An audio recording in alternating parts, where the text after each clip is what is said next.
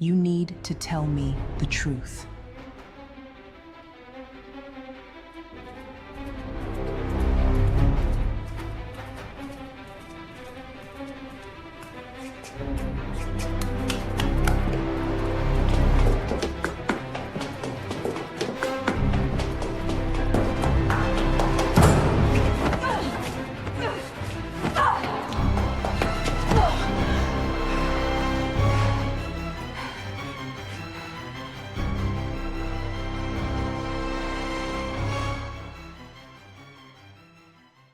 Welcome to Mont Saint-Michel, Ava. They told us the opposite. They said the flood of AI would bury every serious film under an ocean of disposable images.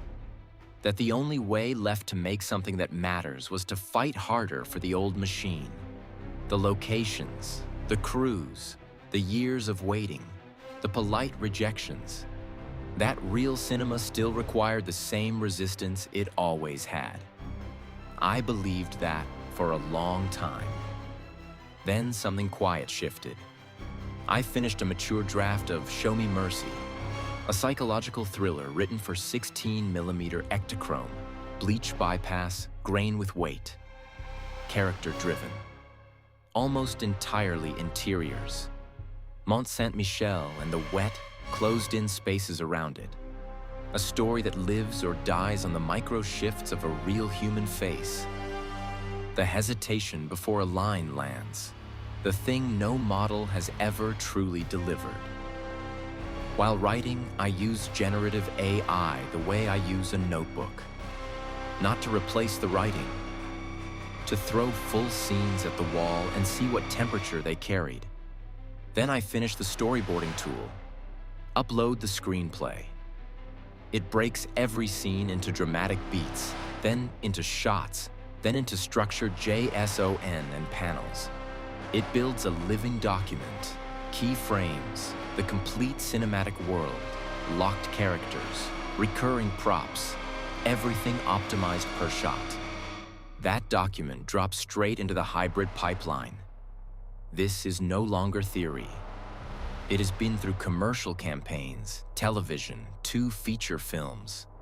The distance between a finished page and a full cinematic pre-visualization of the entire runtime has collapsed.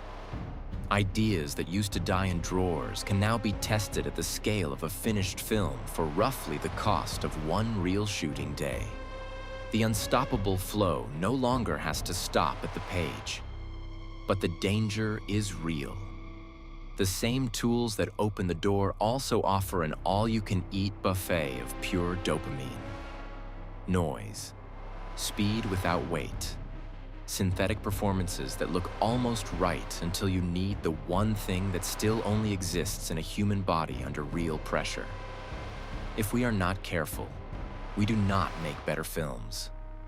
We just make more of them, faster, emptier. So this is how I work now.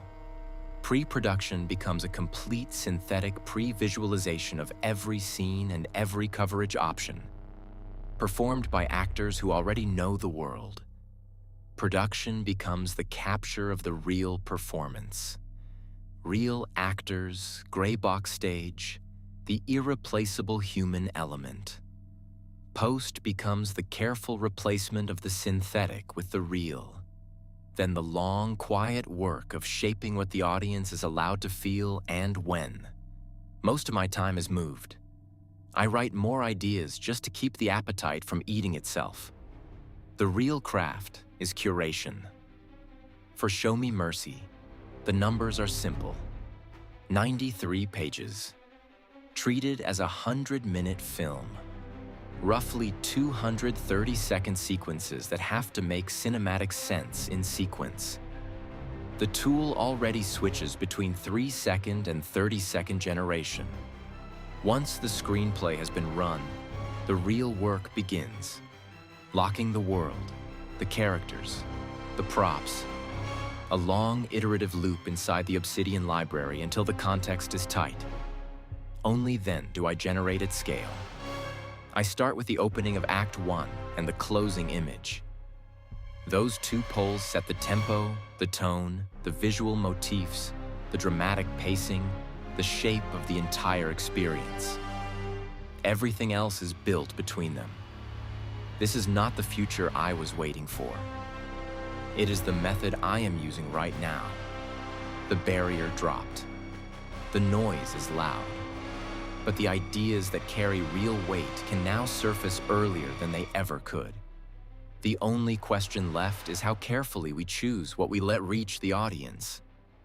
And that choice still belongs to us.